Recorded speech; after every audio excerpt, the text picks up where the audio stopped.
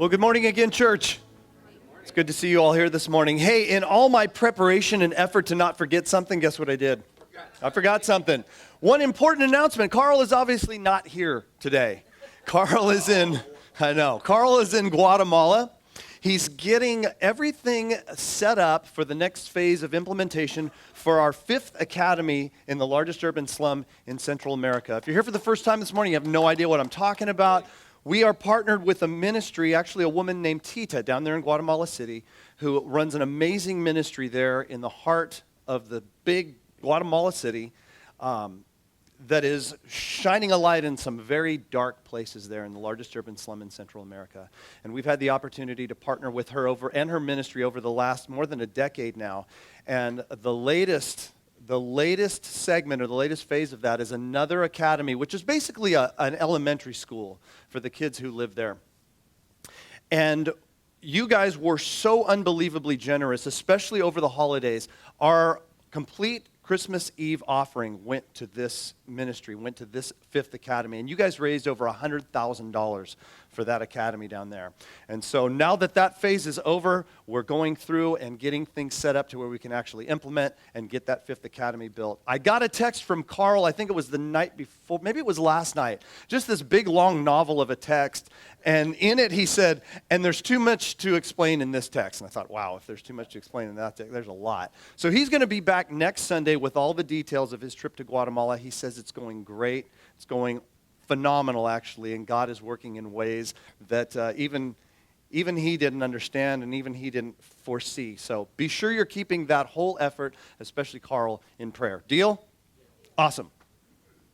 So we have been in this series we've called Endgame, where we steal a page from the line of Marvel comic movies, especially the one where they all kind of get a chance to go back and get a redo on some of the things that maybe they would have chosen to do differently. And wouldn't that be nice to get a redo, to kind of go, yeah, that whole 20 to 25 years old, I want a mulligan on all those 5 years. I need a redo there. Where things have just gotten twisted sideways and we want to go back and go, let me do that one again. I need a do-over on that one. But unfortunately, we can't. We can't have a redo. So in this series, we've been considering how we might live with the end game in mind. On the front end, live with that end game in mind. So we not only minimize the desire to go back and have a redo, but actually maybe get it right the first time. And in doing so, we step into our God-given destiny. So today, I want to keep things really, really simple. Some of you are like, oh, thank God. So if you like simple, today is your day. One of the reasons I want to keep it really simple, kind of one main point, one theme, is because the one main point is going to be kind of difficult. It's going to be a little unpleasant at times. So I kind of drew the short straw with today's message in that regard. The very first week when we kicked off this series, we said this. We kind of gave a biblical definition of destiny. Destiny is serving God's purpose with your life and expanding His kingdom in the world. Serving God's purpose with my life, and in doing so, I expand God's kingdom. I grow His kingdom in the world. One of the things Carl said that very first Sunday when we kicked this off, he says, we were custom made uniquely by God to fulfill a custom unique purpose from God for God. We were designed custom made by God to fulfill a custom purpose from God, and all that is for God. So those aren't actually Carl's words. He was kind of taking creative liberties with Psalm 139. It says this, for you created my inmost being. You knit me together in my mother's womb. I praise you because I am fearfully and wonderfully made. Your works are wonderful. I know that full well. My frame was not hidden from you when I was made in the secret place, when I was woven together in the depths of the earth. Your eyes saw my unformed body, and here it is. All the days ordained for me were written in your book before one of them came to be. That sounds pretty good. I think that sounds pretty cool. Thinking that I'm wonderfully made, fearfully and wonderfully made, that my days were ordained in this book that God has. But if I'm telling the truth, that sounds good because it's Sunday morning and I'm in church. For a lot of us, even in church, that's a tough sell. Because you know the week you had last week. You know the morning you had this morning. Or maybe you know the quarter your company had last quarter. And words like this sound good, but in theory. Because when it comes to actually verifying them and applying them with my life, there's a lot of times where I go, that must be for somebody else or some other group of people. That can't be me because I know the week I had. I know the year I had. We sat up here. We do a thing called 5 Good Minutes. It's usually at the very end of the year, and we kind of, as a staff, we sit up here and we talk about the year. And when we did that in December, last day of December, I think it was, that was really difficult because 2019, a lot of the staff was put through the ringer in 2019. And to hear things like, you're wonderfully made. Well, not according to 2019. According to 2019, I was made for kicking around. So, today we're going to talk about something that might help us get those two things more closely matched up. And what I mean by that is this idea of a God-given destiny and me being at a place where I can say, yes, I'm fulfilling my destiny. And keep in mind, this is regardless of calling. If you were here last week, we talked about the difference between calling and destiny. Because calling can take us to some pretty crazy places. Would you agree? Calling can take us to some weird sort of like, what is going on here? Last week we looked at the life of Elijah and how his call took him to some spots where he was like on a mountain, literally on a mountaintop, doing great things for God. There were people that were just amazed by what God was doing through him. And then his call took him to some spots where he was utterly alone, where his resources were literally and figuratively drying up. So a call, or the different circumstances and situations in life that our call can take us, is different from our destiny. So we're going to talk about something today that may just be the missing link when it comes to getting our destiny and our understanding of our destiny straightened out. But it's going to get a little rough. So, Carl will be back next week. You can tell him how uncomfortable I made you feel and that you never want me to preach again. We started off giving you these 7 characteristics of people who fulfill their destiny. We flashed these up on the screen that first week, and we've been reiterating it ever since.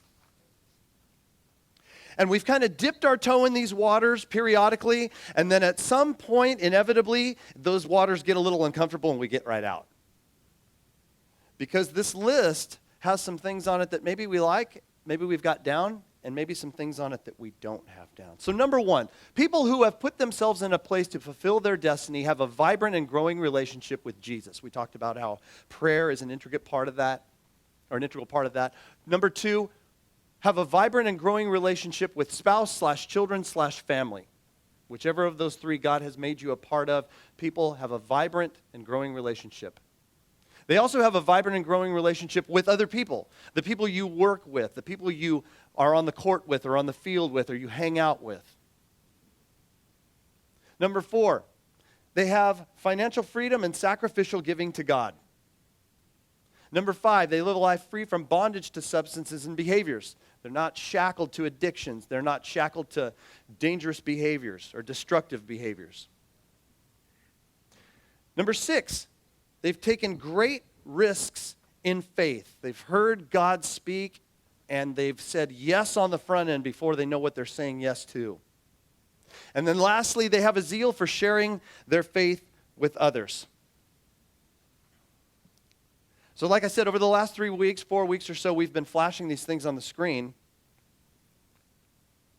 And we've been saying people who put themselves in a place to fulfill and actually are fulfilling their destiny display these 7 characteristics. And so maybe over the last few meetings, or maybe if you're here for the first time this morning, you look at those, and my guess is, because this is what I did, I went, whoa, not that one. Let's skip over that one. Let's pretend like that one's not there, because that's my weak spot. That's my problematic area. and it makes you feel uncomfortable, and you'd rather not have that on the list. And keep in mind, one of the unfortunate things about this list is it's not really a comprehensive list. Did you notice sex and intimacy is not really up there? Although if we I think number 2, if we unpack that a little bit, we'd eventually land there at those 2 things. But it's not really a comprehensive list. There's something where you might know or you might see that and it may make you think of something where you go, yeah, that's the thing. That's the rock in my boot. That if I could get that out, I'd be running well. And we want to just ignore the fact that it's any factor in any type of life equation. So this week we're going to talk about something that I would be willing to bet all of us want to avoid like the plague. We want to steer clear of it by any means necessary. But it's something that will get us closer to understanding and stepping into our destiny. And in order to do that, we have to come face to face with a word that all of us hate. None of us have neutral feelings towards this word. This is not a word where we go, yeah, okay, sure. But our coming to terms with this word may be the only thing standing between us and our destiny. You guys ready? It's this word right here, surrender. We hate that word.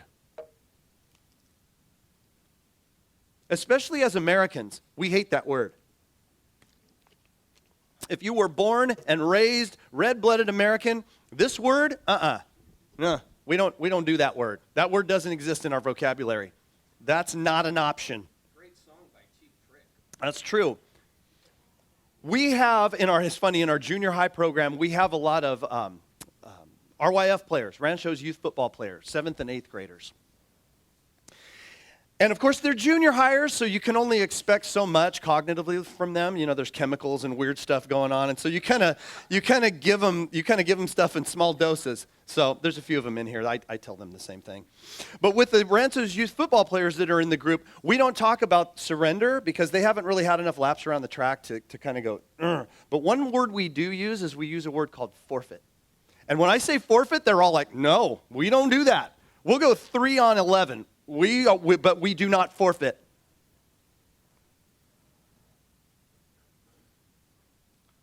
But while there are some differences between forfeit and surrender, at their base, they have that still kind of just that bad taste. It leaves us with a bad taste in our mouth, and we don't like that word. But for many of us, fulfilling our God-given destiny may involve implementing this one filthy word into our lives. And up until now, it's been kept off the table. No, we don't surrender. But I think we're going to find out today there's a different type of surrender that needs to happen. And thank God we have His Word to help us out with that, right? Thank God we have God's Word to help us take a look at how we might do that. So it's a story you may know. It's a story that gets a lot of publicity in VBS programs and Sunday mornings. Maybe if you've been in church for a while, you've heard this story. Maybe even if you haven't been in church for a while, you've heard this story. But it does get relegated a lot to children's programs and VBS programs. But it's a lesson with it's too valuable a lesson to let us relegate it to children's programs. It's the story of a guy named Jonah. And one of the reasons it's been relegated to children's programs is because it's got a really crazy story about a big fish right smack dab in the middle, and it's hard to get around. But we're not going to talk about that today. We're going to talk about something that's more valuable. In my opinion, it's more valuable than that. So open your Bibles to Jonah chapter 1. In a lot of your Bibles, it's kind of towards the middle. Jonah's considered a minor prophet, not necessarily because his words aren't really valuable, but because those books of the minor prophets are smaller. So if you've hit Matthew, you've gone too far to the right, turn to the left and go back. If you're in Genesis, turn to the right and go forward. We're going to be in Jonah chapter 1. It says this, "The word of the Lord came to Jonah, son of Amittai, go to the great city of Nineveh and preach against it, because its wickedness has come up before me." Have you ever overheard something that you wish you want to pretend like you didn't hear it? You're like, why am I standing right here right now? Why did I have to overhear? I've told the high school students and the junior hires, I'm like, guys, if you're going to say it that loud that I'm going to hear it, you guys need to know that I'm going to actually have to do something about it. But my wife and I do this with each other all the time. After we have our 20-year wedding anniversary coming up this summer. I cannot believe that. And over the last 20 years, you kind of, after you're married for a while, you kind of develop tactics. You know, you kind of figure your spouse out a little bit and you develop tactics. I do this to my wife all the time. I just pretend like I didn't hear it. Hey, you remember we're going to my aunt's house this weekend? And I'll go, what? She'll go, she'll roll her eyes, go, don't pretend like you didn't hear me. And I'm like, oh, you start thinking up ways to, justify it. Like, I had a mouthful of corn chips or cereal. So sorry, what? No, there was nothing going on like that. I'll do that to her all the time. What? Didn't hear you. I would imagine Jonah would have been like this. The word of the Lord came to Jonah, son of Amittai. Go to the great city of Nineveh and preach against it because its wickedness has come up before me. What? Most of us would say, what's the big deal? That's pretty cool. I would actually love to hear with my ears the voice of God. That'd be pretty awesome. But we need some context here. What God said to Jonah was something very undesirable for him. Something he wanted to just pretend like he didn't hear. Because Nineveh was the capital of what was at that time the Assyrian Empire. And the Syrian Empire was known for its brutality. The Syrian Empire expanded its borders by taking captive nations by brutal force.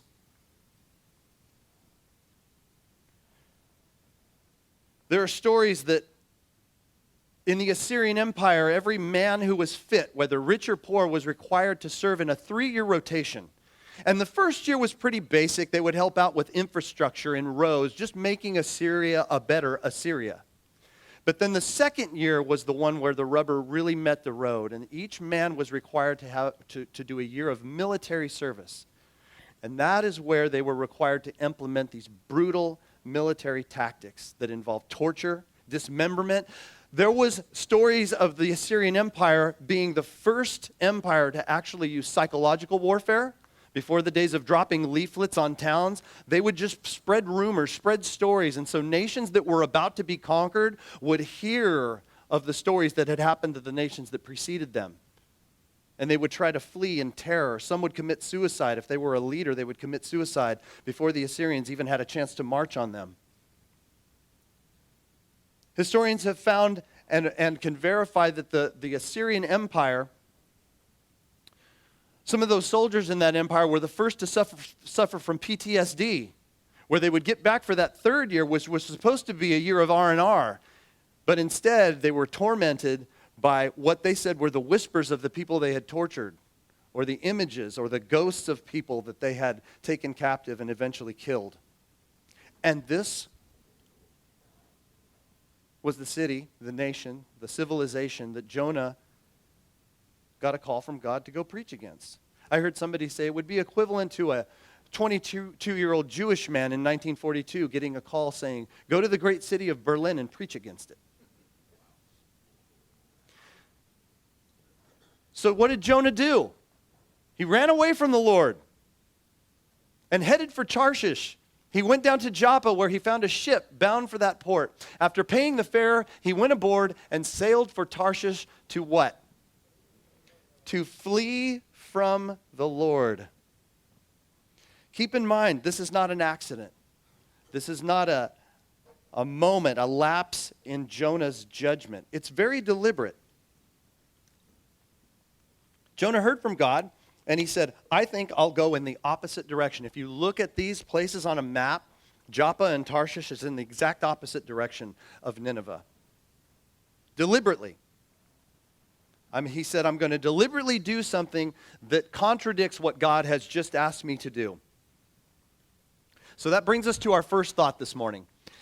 It's actually a question. Is there anything unpleasant God has asked of you? Some of you are going, unpleasant is a light way to put it. Is there anything unpleasant God has asked of you, either mildly unpleasant or just downright, I don't want to do it? Verse 4.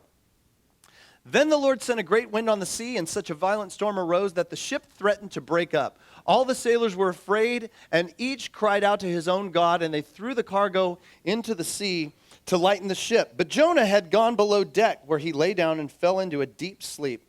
The captain went to him and said, "How can you sleep? Get up."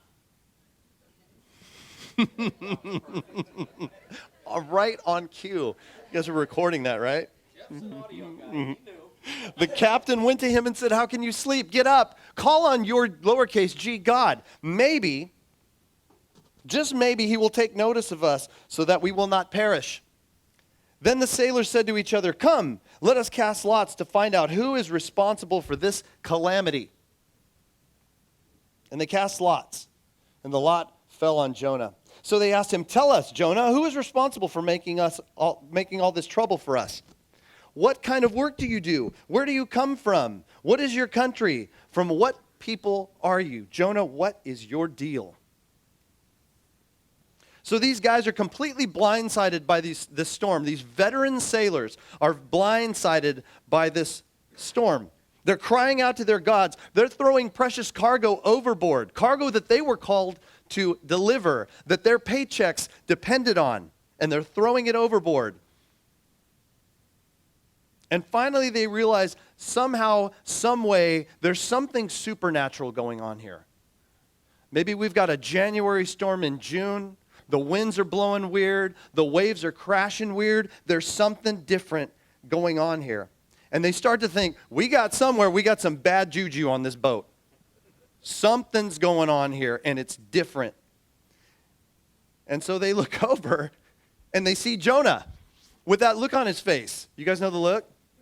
Right? My 3 daughters, two of them are well into their teens now, and one is 11, but she acts like she's 17. But when they were real little, too little to know better, too little to develop the tactics that teenagers develop, I remember I'd walk in the kitchen and something would be spilled. I'm like, "Girls, who spilled milk in the kitchen?"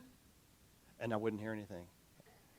"I need you guys to come out here right now." And they'd come out and they'd stand shoulder to shoulder. "Who spilled milk in the kitchen?" And one of them would go, "I don't know." And the other would go, "I don't know." And the third one would go, "I don't know." And I'd stand there and go, this is going to be a tough one to solve. Who could it possibly be? Jonah's got that look on his face. And so to seal the deal, they all decide to cast lots. Paper, rock, scissors, roll the dice, draw straws, whatever. And lo and behold, Jonah comes up the loser. And they look at Jonah and go, I thought so. I thought you were the bad apple. So the second thought for today is this: our unwillingness to surrender can negatively affect the people around us. Our unwillingness to surrender can negatively affect the people around us. So what was Jonah's response to this? He answered, "I'm a Hebrew, and I worship the Lord, the God of heaven, who made the sea and the dry land." This terrified them, and they asked, "What have you done?" Because they knew he was running from the Lord, because he had already fessed up to it. The sea was getting rougher and rougher, so they asked him, "What should we do to you, Jonah, to make the sea calm down for us?" Jonah's reply, "Pick me up and throw me into the sea, and it will become calm. I know that it is my fault that this great storm has come upon you." Instead, don't you love that? It's just one good idea after the other. Instead, the men did their best to row back to land, but they could not, for the sea grew even wilder than before. Then they cried out to the Lord, "Please, Lord, do not let us die for taking this man's life. Do not hold us accountable for killing an innocent man, for you, Lord, have done as you please." Then they took Jonah and threw him overboard, and the raging sea grew calm. At this, the men greatly feared the Lord, and they offered a sacrifice to the Lord and made vows to him. And it's at this moment that Jonah realizes it's time to surrender. He realizes, I'm not outrunning this. And even if by some strange chance I do, what storm is next?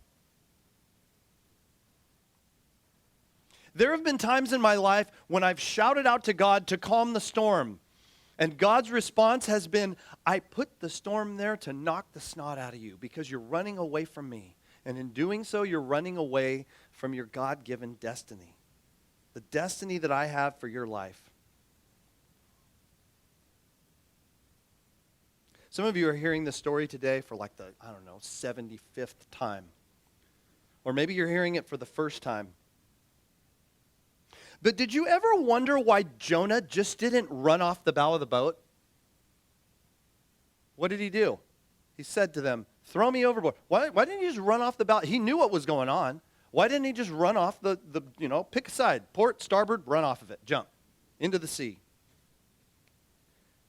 That's how difficult surrender can be. Paralyzing. I can't do it by myself. That's our third point. Our willingness to surrender may be the key to others knowing God. Our willingness to surrender may be the key to others knowing God. Through Jonah's surrender, the men on this boat came into a deeper relationship with the true God. Before this happened, they were praying to their lowercase g gods. God of the sea, God of the sky, God of the earth, God of the boat, God of this little thing hanging around my neck, save me. But they ended up coming into a deeper relationship with the true God through Jonah's surrender. I have a spoiler alert for the story of Jonah. So if you don't want to know it, plug your ears. He ends up going to Nineveh. Through a great working of God, he ends up going to Nineveh. And that city repents, and that city is spared. And by surrendering, Jonah fulfills his God-given destiny. And many, many people are brought into a deeper relationship and a deeper understanding of God. Remember our definition off the top of our time together. Destiny is serving God's purpose with your life and expanding his kingdom in the world. Serving God's purpose and expanding his kingdom. And that's what Jonah ends up doing by surrendering.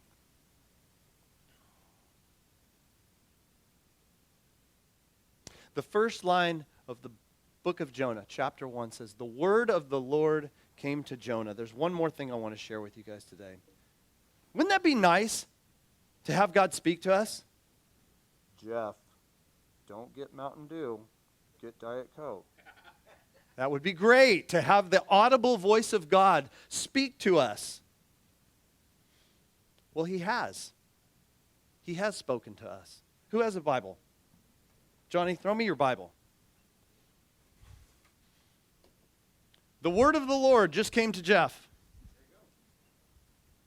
The word of the Lord. Did you ever think that people like back in the day were like, gosh, if I could just have like a user's manual or like a letter or a book that wasn't for Jonah or wasn't for Daniel or wasn't for Malachi, but it was for everybody. A book. I would have bet they'd made great sacrifices for that luxury, to have a book. The word of the Lord came to Johnny. The word of the Lord came to Dave. The word of the Lord came to Mackie. God has given us his help. He's given us his instructions, his advice, his wisdom. He said, if you're single, this is how you should live the single life. If you're married, this is how you should live the married life. This is how you should handle your finances. This is how you should handle kids. But if I'm being honest, there's times that I've heard it, and I've gone down to Joppa, and I've bought a ticket, and I've headed for Tarshish, and I'm in the storm. Because I've refused to surrender. Maybe our first act of surrender is to take the instructions to heart and actually say, God, I've tried writing my own plays. I've tried running the plays of my neighbor, and it just does not work. It's not working. And now, God, I want to see what you have to say about this.